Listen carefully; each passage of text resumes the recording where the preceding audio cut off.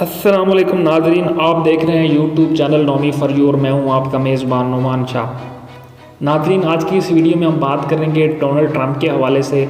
जैसा कि आपको पता है कि अमेरिका में हर साल 4 साल बाद लीप ईयर में इलेक्शन होते हैं, तो इस साल भी अमेरिका में नवंबर में इलेक्शन शेड्यूल है। तो कोरोना क्राइसिस से पहले ट्रंप की पोजीशन बेहतर थी, लेकिन अभी जो मुख्तलिफ सर्वे आ रहे हैं अमेरिका की मुख्तलिफ स्टेट से, उनसे ये लग रहा है कि बहुत मुश्किल होने वाली है ट्रंप के लिए अगले इलेक्शन में। मे बी ये इलेक्शन हार जाएं, और इसकी सबसे बड़ी वजह यह है कि इन्होंने कोरोना क्राइसिस को सही तरीके से हैंडल नहीं किया। तो आइए आप नज़र डालते हैं कि ट्रंप ने किस तरह कोरोना क्राइसिस को रिस्पॉन्स किया। वीडियो को मज़ीद देखने से पहले अगर अभी तक आपने हमारा चैनल सब्सक्राइब नहीं किया तो आपसे रिक्वेस्ट है, चैनल सब्सक्राइब कर लें, लाइक करें और बेल आइकन पर ज़रूर प्रेस करें ताकि आपको आने वाली हर नई वीडियो की अपडेट मिलती रहे। नाज़रीन, दिसंबर के एंड में चाइना ने WHO को इन्फॉर्म किया कि एक इलनेस है जो रैपिडली फैल रही है। WHO ने इसको एवेल्यूएट किया। जनवरी के एंड में उन्होंने ग्लोबल एमरजेंसी डिक्लेयर की, और ट्रंप साहब ने पहले तो ये कहते रहे कि ये बिल्कुल चाइना वायरस है, हमें कोई ख़तरा नहीं, हमारी इकॉनमी सेफ़ है, हमारे लोग सेफ़ हैं, हम इसको हैंडल कर लेंगे। लेकिन जैसे जैसे वक्त गुजरता गया, ट्रंप एडमिनिस्ट्रेशन ने टाइमली रिस्पॉन्स नहीं किया तो वायरस फैलना शुरू हो गया। नाज़रीन, जनवरी के आखिरी हफ्ते में अमेरिका में पहला केस रिपोर्ट हो चुका था, और मार्च में जाके ट्रंप एडमिनिस्ट्रेशन ने इसको नेशनल एमरजेंसी डिक्लेयर की। तो उस वक्त अमेरिका में बहुत ज़्यादा आउटक्राई हुआ। एक्सपर्ट्स ये कह रहे थे कि शायद ट्रंप एडमिनिस्ट्रेशन 2 महीने उन्होंने गंवा दिए हैं और अमेरिका में हज़ारों हलाकतें होना शुरू हो गई। पहले तो सारा मलबा चाइना पे डालते रहे, उसके बाद ट्रंप ने जो इमिग्रेंट थे अमेरिका में दूसरे कंट्रीज़ के या साउथ अमेरिकन कंट्रीज़ के, उनको वापस भेजना शुरू कर दिया। तो साउथ अमेरिकन कंट्रीज़ जो थे वो उन्होंने ट्रंप से रिक्वेस्ट की कि हम ऑलरेडी क्राइसिस में हैं, हमारा हेल्थ इंफ्रास्ट्रक्चर इतना अच्छा नहीं है, तो काइंडली आप ना भेजें। लेकिन ट्रंप ने भेजना शुरू कर दिया, और उन्होंने साथ ही ये ऐलान किया जो कंट्री इन इमिग्रेंट को नहीं लेगा हम उसको US एड नहीं देंगे, हम एड बंद कर देंगे।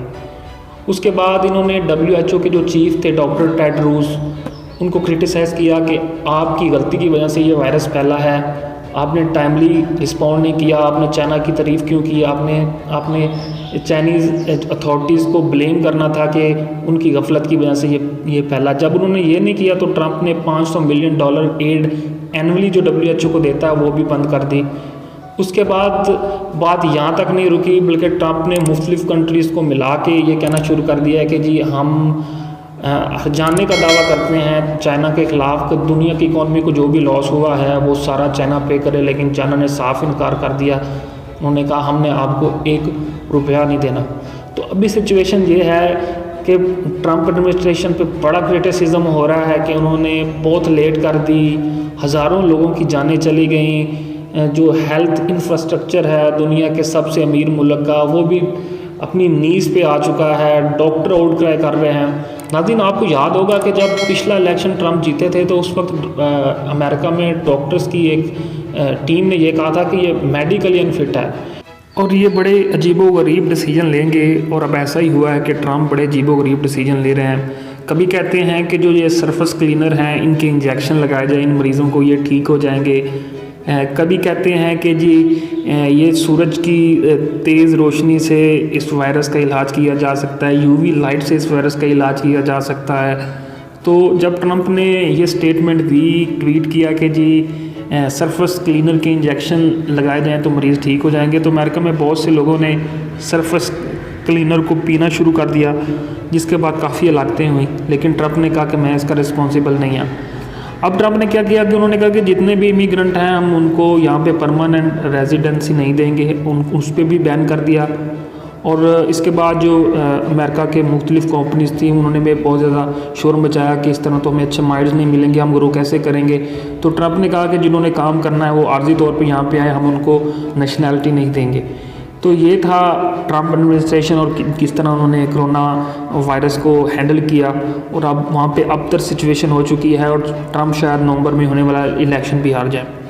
नाज़रीन, आपको ये वीडियो कैसी लगी नीचे कमेंट्स करके हमें ज़रूर बताइएगा। चैनल को सब्सक्राइब करना मत भूलें, सब्सक्राइब करने से आपका कुछ नहीं जाता, हमें मोटिवेशन मिलती है कि हम इस तरह मज़ीद इन्फॉर्मेटिव वीडियोज़ आपके लिए लेके आते रहें।